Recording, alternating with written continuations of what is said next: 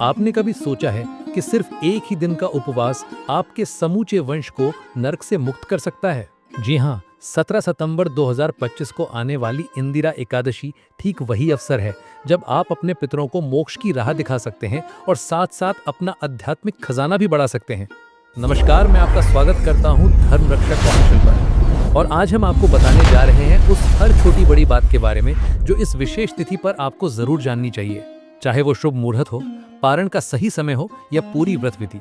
विश्वास मानिए, इस वीडियो के अंत तक आप न केवल तैयार होंगे बल्कि उत्साहित भी होंगे कि इस बार की इंदिरा एकादशी को पूरी श्रद्धा से निभाकर अपने पुरखों को अमूल्य आशीर्वाद दें। पद्म पुराण साफ कहता है कि जिसने विधि पूर्वक इंदिरा एकादशी का व्रत रखा, उसने मानो अपने पितरों को पुण्य राशि का जहाज घुमा दिया। वही जहाज जो उन्हें नर्क के बंधन से पूरी तरह छुड़ा देता है। इंदिरा एकादशी का विशेष महत्व इसलिए और बढ़ जाता है क्योंकि ये चातुर्मास के दौरान आती है। वही 4 पवित्र महीने जब श्रीहरि योग निद्रा में विश्राम करते हैं और भक्तों की भक्ति क्षण क्षण उन तक पहुंचती है। इस अवधि में की गई हर साधना, हर जप सामान्य दिनों के मुकाबले कई गुना अधिक फल प्रदान करता है। इस बार एकादशी की तिथि शुरू होगी 16 सितंबर 2025 को रात्रि 12:21 पर और समाप्त होगी 17 सितंबर 2025 को रात 11:39 पर। उदया तिथि के नियम अनुसार व्रत 17 सितंबर बुधवार को ही रखा जाएगा। अगले दिन पारण का समय है 18 सितंबर 2025 गुरुवार को सुबह 6:12 से 10:18 के बीच। ध्यान रहे, इसी समय खिड़की में उपवास खोलना सर्वोत्तम माना गया है। अब जो लोग मुहूर्त के प्रति सजग हैं, उनके लिए कुछ अहम समय। ब्रह्म मुहूर्त रहेगा 4:33 से 5:20 तक। सूर्योदय होगा 6:07 पर और सूर्यास्त होगा 6:24 पर। प्रभाती पूजन के लिए 4:57 से 6:07 उत्तम है, जबकि संध्याकालीन पूजा के लिए 6:24 से 7:34 आदर्श माना गया है। राहु काल इस दिन दोपहर 12:15 से 1:47 तक पड़ रहा है। इस दौरान किसी भी तरह के शुभ आरंभ से बचिए। हाँ, हरे कृष्ण महामंत्र का जप करते रहिए। ये राहु काल की नकारात्मकता को भी हर लेता है।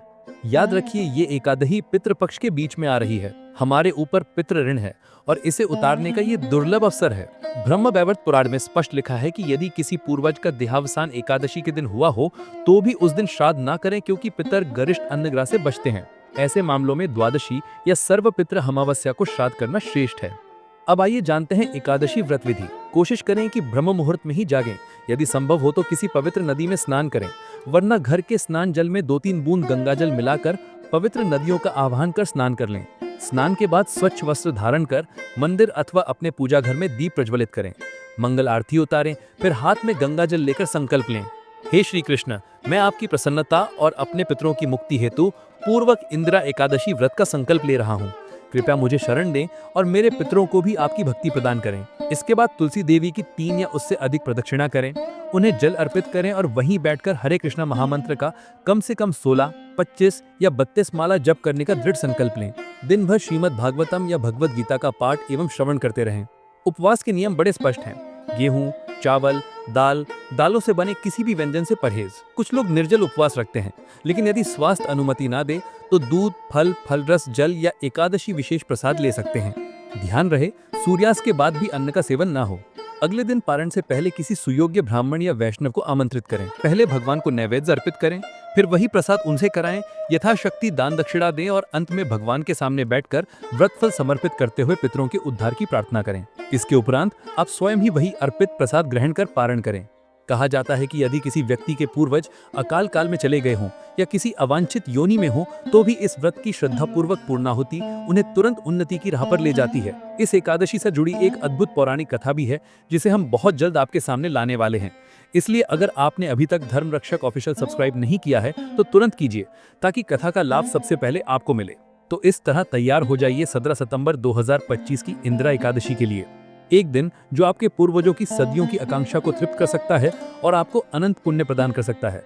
वीडियो पसंद आया हो तो लाइक करें, अपने परिवार और मित्रों में साझा करें और कमेंट करके बताइए कि आप इस बार इंदिरा एकादशी कैसे मनाने वाले हैं। तब तक के लिए परमपिता, माता लक्ष्मी और समस्त पितरों की असीम कृपा आप सब पर बनी रहे। जय श्री हरि, जय महाकाल, हर हर महादेव।